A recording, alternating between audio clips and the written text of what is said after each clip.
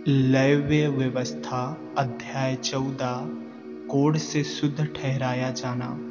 फिर यहोवा ने मूसा से कहा, कोढ़ी के शुद्ध ठहराने की व्यवस्था यह है,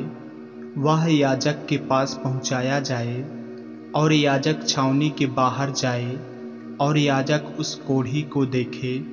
और यदि उसके कोढ़ की व्याधि चंगी हो गई हो तो याजक आज्ञा दे कि शुद्ध ठहराने वाले के लिए 2 शुद्ध और जीवित पक्षी, देवदारू की लकड़ी और लाल रंग का कपड़ा और जूफा ये सब लिए जाए, और याजक आज्ञा दे कि एक पक्षी बहते हुए जल के ऊपर मिट्टी के पात्र में बलि किया जाए। तब वह जीवित पक्षी को देवदारू की लकड़ी और लाल रंग के कपड़े और जूफा इन सबों को लेकर एक संग उस पक्षी के लहू में जो बहते हुए जल के ऊपर बलि किया गया है डुबा दे,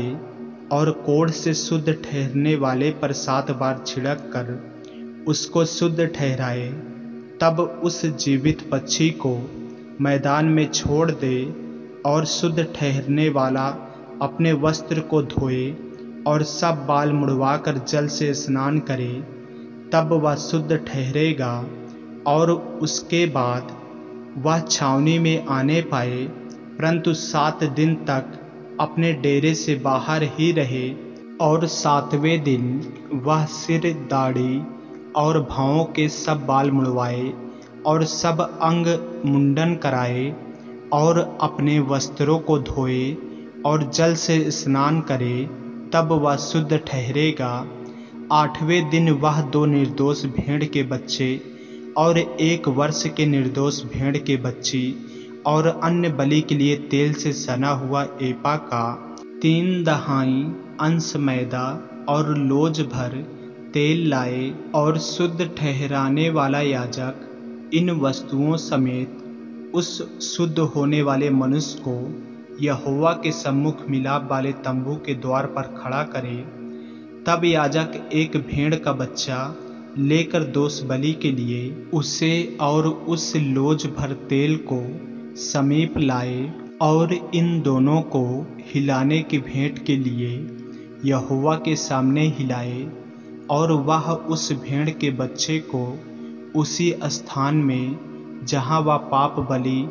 और होम बलि पशुओं का बलिदान किया करेगा, अर्थात पवित्र स्थान में बलिदान करे, क्योंकि जैसा पाप बलि याजक का निज भाग होगा, वैसा ही दोष बलि भी उसी का निज भाग ठहरेगा। वह परम पवित्र है। तब याजक दोष बलि के लहू में से कुछ लेकर शुद्ध ठहरने वाले के दाहिने कान के सिरे पर और उसके दाहिने हाथ और दाहिने पांव के अंगूठों पर लगाए। तब याजक उस लोज भर तेल में से कुछ लेकर अपने बाएं हाथ की हथेली पर डाले, और याजक अपने दाहिने हाथ की उंगली को अपनी बाईं हथेली पर के तेल में डुबाकर उस तेल में से कुछ अपनी उंगली से यहोवा के सम्मुख 7 बार छिड़के, और जो तेल उसकी हथेली पर रह जाएगा, याजक उसमें से कुछ शुद्ध होने वाले के दाहिने कान के सिरे पर और उसके दाहिने हाथ और दाहिने पांव के अंगूठों पर दोष बलि के लहू के ऊपर लगाए, और जो तेल याजक की हथेली पर रह जाए उसको वह शुद्ध होने वाले के सिर पर डाल दे, और याजक उसके लिए यहोवा के सामने प्रायश्चित करे। याजक पाप बलि को भी चढ़ाकर उसके लिए जो अपनी अशुद्धता से शुद्ध होने वाला हो प्रायश्चित करे, और उसके बाद होम बलि पशु का बलिदान करके अन्य बलि समेत वेदी पर चढ़ाए, और याजक उसके लिए प्रायश्चित करे, और वह शुद्ध ठहरेगा। परंतु यदि वह दरिद्र हो और इतना लाने के लिए उसके पास पूंजी न हो, तो वह अपना प्रायश्चित करवाने के निमित्त हिलाने के लिए भेड़ का बच्चा दोष बलि के लिए और तेल से सना हुआ एपा का 10वां अंश मैदा अन्न बलि करके और लोज भर तेल लाए और 2 पंडूक या कबूतरी के 2 बच्चे लाए जो वह ला सके, और इनमें से एक तो पाप बलि के लिए और दूसरा होम बलि के लिए हो। और 8वें दिन वह इन सबों को अपने शुद्ध ठहरने के लिए मिलाप वाले तंबू के द्वार पर यहोवा के सम्मुख याजक के पास ले आए। तब याजक उस लोज भर तेल और दोष बलि वाले भेड़ के बच्चे को लेकर हिलाने की भेंट के लिए यहोवा के सामने हिलाए। फिर दोष बलि के भेड़ के बच्चे का बलिदान किया जाए और याजक उसके लहू में से कुछ लेकर शुद्ध ठहरने वाले के दाहिने कान के सिरे पर और उसके दाहिने हाथ और दाहिने पांव के अंगूठों पर लगाए। फिर याजक उस तेल में से कुछ अपने बाएं हाथ की हथेली पर डालकर अपने दाहिने हाथ की उंगली से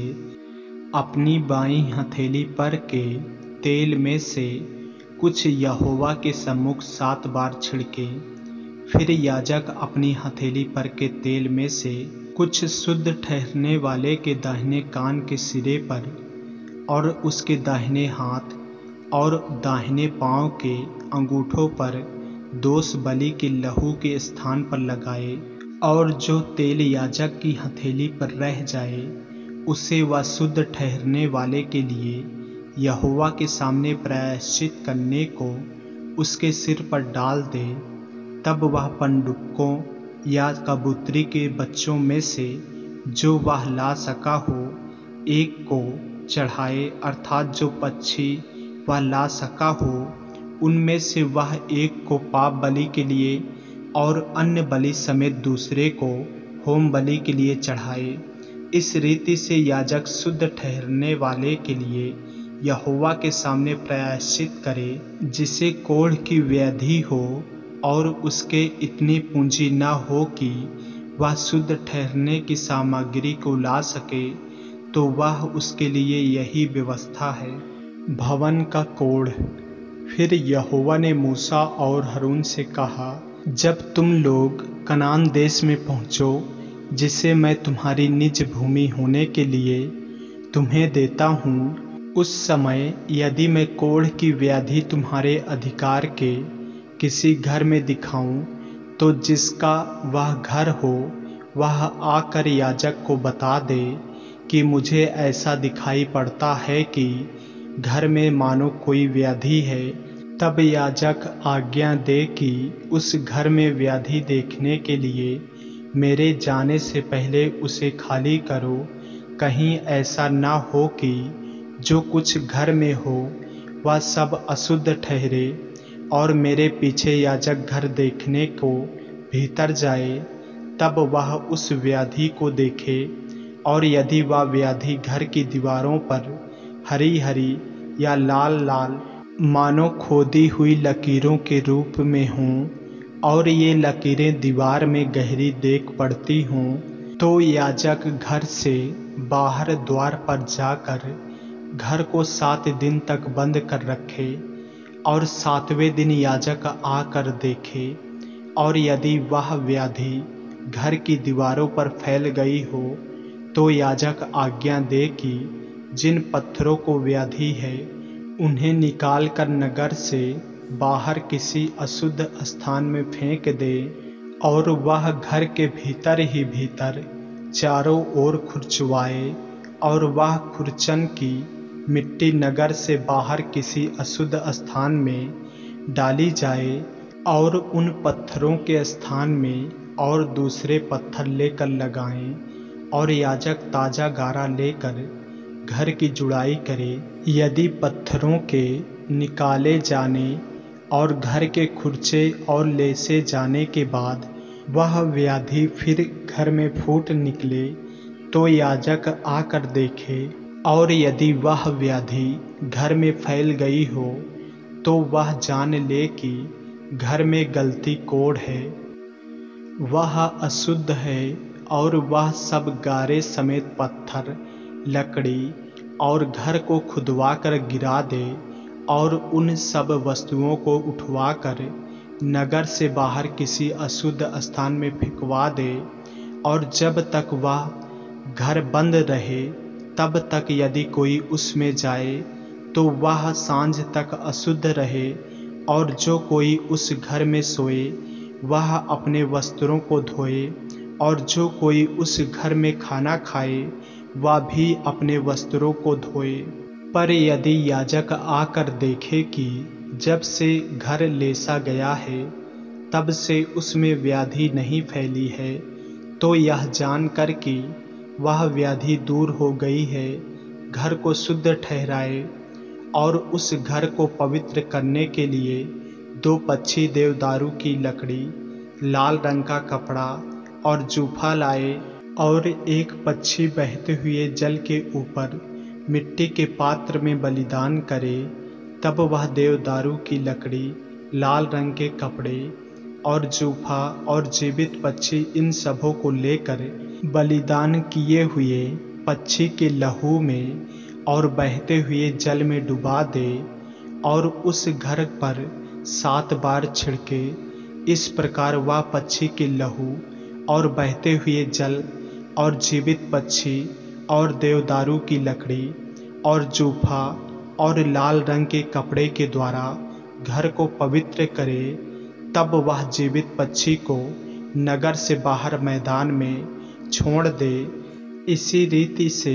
वह घर के लिए प्रायश्चित करे, तब वह शुद्ध ठहरेगा। सब भांति के कोढ़ की व्याधि और सेंहुएं और वस्त्र